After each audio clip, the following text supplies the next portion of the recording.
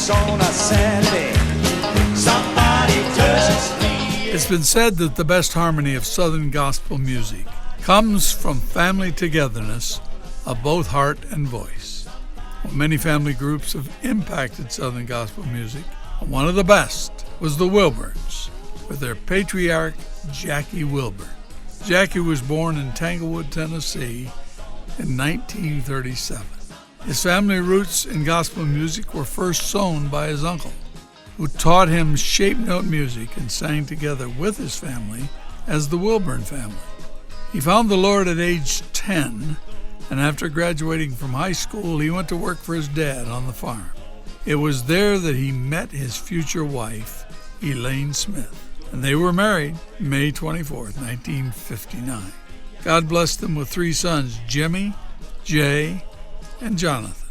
While they both started singing in junior high, their styles of music were very, very different.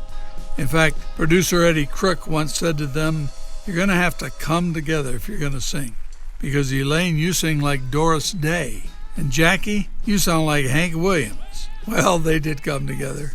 And in 1970, Jackie organized the first family group, the Happiness Quartet. They took their first album to a local radio station and introduced it on the air. And Elaine recalls that a preacher heard that broadcast and actually paid out of his own pocket to have the station play the entire album. Well, that was the beginning of a radio program that continued until Jackie went to heaven in 2011.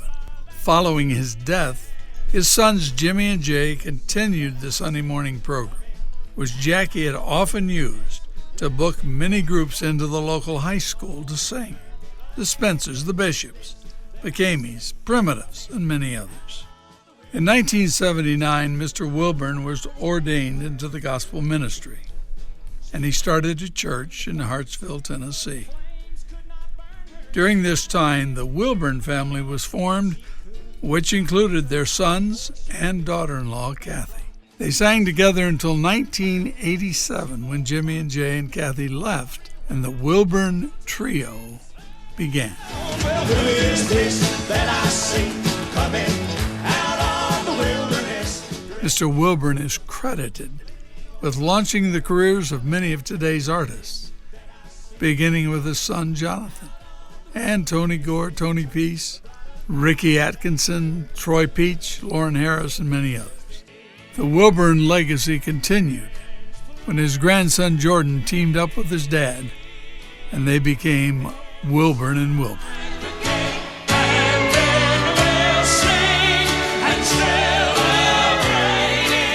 In 2005, Jackie and Elaine received the prestigious Marvin Norcross Lifetime Achievement Award at the National Quartet Convention in Louisville.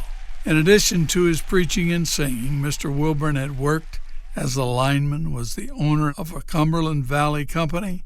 He was also a skilled bus driver and a mechanic. Jonathan would often joke that his dad spent more time under the bus than in the bus.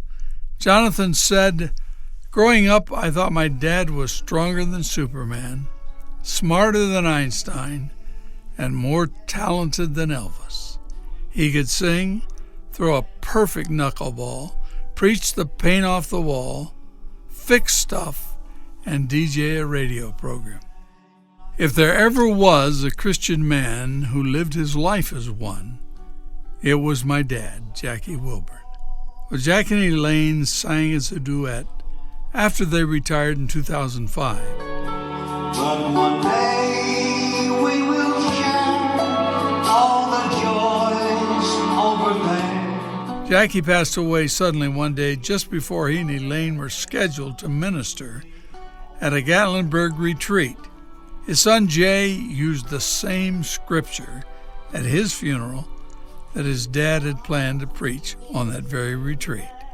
"Let your light so shine before men, that they may see your good works and glorify your Father, which is in heaven." That light shined brightly throughout his life. Jackie Wilburn becomes the first member of the Wilburns to be inducted into the Southern Gospel Music Hall of Fame.